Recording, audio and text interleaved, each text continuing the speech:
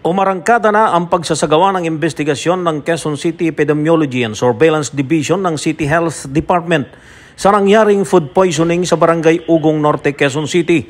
Sa inisyal na impormasyon ng Quezon City SESU, aabot sa 54 na katao ang nakaranas ng pananakit ng tiyan, pagtatae at pagsusuka matapos dumalo sa isang pagtitipon. Kumuha na rin ng specimen ng City Health Department sa ilang individual na nakakaranas ng sintomas. Ito ay upang masuri at matukoy ang dahilan ng naranasan nilang matinding pananakit at LBM. Hindi pa ngayon masabi ng City Health Department kung ilan sa mga biktima ang dinala at nananatili sa ospital. Dahil dito ay patuloy na pinaalalahanan ang publiko na tiyaking malinis at wasto ang mga pagkaing inihahanda upang makaiwas sa anumang food and waterborne diseases. Para sa MBC TV Network News, ako naman Val Gonzales, sama-sama tayo Pilipino.